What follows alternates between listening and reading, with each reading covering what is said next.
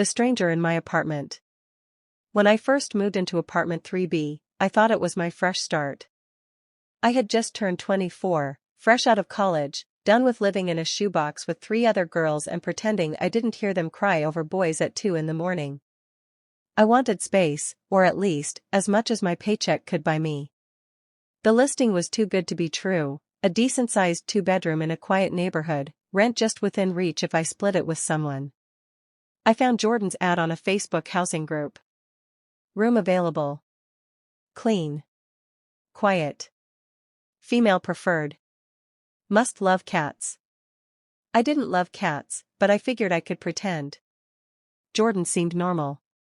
She had long dark hair in her profile picture, no obvious red flags, no middle-of-the-night messages, no weird questions, no creepy vibes. We met at a coffee shop. She was quiet but polite. She said she worked nights at the hospital, a nurse, she explained, so she might not always be around. Perfect. I liked my privacy anyway. I moved in a week later with 2 suitcases and a half-broken bookshelf my dad refused to let me leave behind.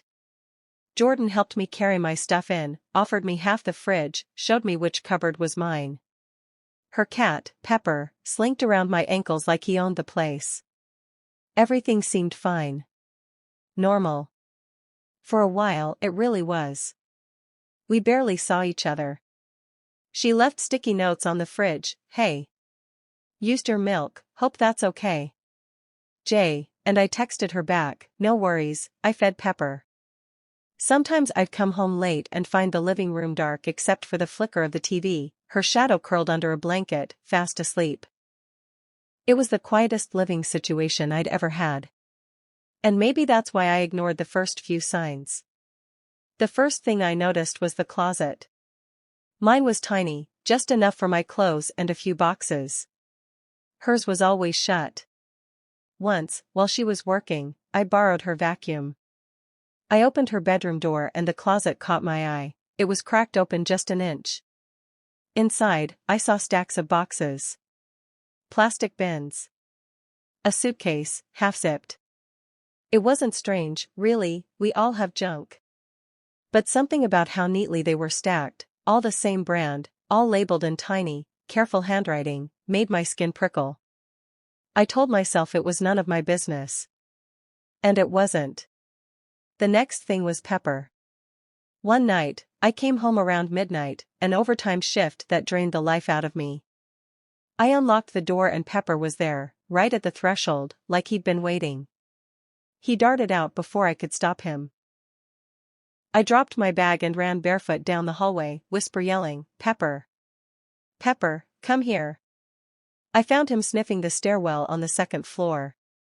When I scooped him up, I realized he didn't have a collar. I asked Jordan about it the next morning. I caught her just as she was leaving for her night shift. She gave me a tired smile. Oh, he hates collars. I keep trying. She ruffled Pepper's head and slipped out the door. Her scrubs looked new. Crisp. No name tag. I figured maybe she changed at work. Hospitals are strict about germs. 2 months in, the power bill came. It was higher than I expected, so I knocked on her door one evening to split it. She didn't answer. I waited. I knocked again. Nothing. But I could hear the TV inside, murmuring softly. I hesitated, then turned the knob. Unlocked. The room was empty except for the flickering blue light of the TV screen. The bed was made, perfectly smooth, pillows fluffed. No sign of her. The closet was shut tight. Pepper jumped onto the bed and curled up like it was the most normal thing in the world. I backed out, feeling stupid for snooping. I left the bill on the kitchen counter. It was around that time I started losing things. Tiny things at first. A pair of earrings. My phone charger. A blouse I swore I'd left hanging on the bathroom hook. I asked Jordan once, she shrugged, said maybe I left it at work. I wanted to believe her. But then my toothbrush was wet when I got home one day. I hadn't used it yet. I changed it the next morning. A week later, the new one was damp again. I told myself I was paranoid. I told myself living with someone means things blur together, your stuff, their stuff. It didn't mean anything. She was probably just weird about boundaries. Or Pepper was knocking things around. Cats are strange. Then came the night I heard it. I'd fallen asleep on the couch watching something dumb, my laptop hot on my belly. Around 3 a.m., I woke up to a noise, a soft creak, like a door opening. I froze. The TV was off. The apartment was dark except for the kitchen light I always left on. I heard it again, a faint, deliberate click. A lock. Footsteps. Soft, like someone was trying not to wake me. I held my breath and listened. The footsteps moved past the kitchen. Down the hall. Towards my room. I wanted to call out, "Jordan?" But my mouth wouldn't work. I stayed on the couch, pretending to sleep, heart hammering against my ribs. After a minute, the footsteps came back. A shadow moved past the kitchen doorway, tall, slight, hair falling around her face. She slipped into her room and shut the door. Click. Lock. The next morning, I knocked on her door before work. She opened it an inch, eyes bleary. "Hey, sorry, did you need something?" I almost asked, "Why were you in my room?" But I didn't. I just handed her half of the power bill. She smiled, scribbled a check, and shut the door. Click. Lock. I started locking my bedroom door at night. I pushed a chair under the knob. I told myself I was being dramatic. I stopped inviting friends over. I didn't want to explain. Didn't want them to tell me what I already knew. It all came to a head the night my mom called. She'd been trying to send me a package for my birthday, a small box, nothing special. But it never arrived. She read me the tracking info over the phone. It says it was delivered last week. I checked the mail slot. Empty. I checked the kitchen. Nothing. I knocked on Jordan's door. She didn't answer. I tried the knob. Locked. IP. I pressed my ear to the door. Nothing. Something in me snapped. I went to the kitchen, grabbed a butter knife, and jimmied the lock like I'd seen in movies. It took forever. My hand shook.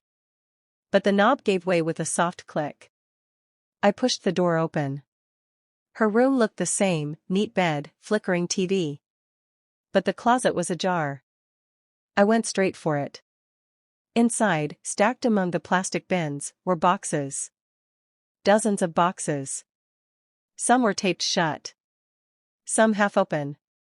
On top, I saw my mom's package, my name, my address, my birthday card in her handwriting. I pulled it out. Underneath were other packages, names I didn't recognize. All addressed to our apartment. Some to apartment 3B, some to 3A, 3C. Neighbors. People I didn't know.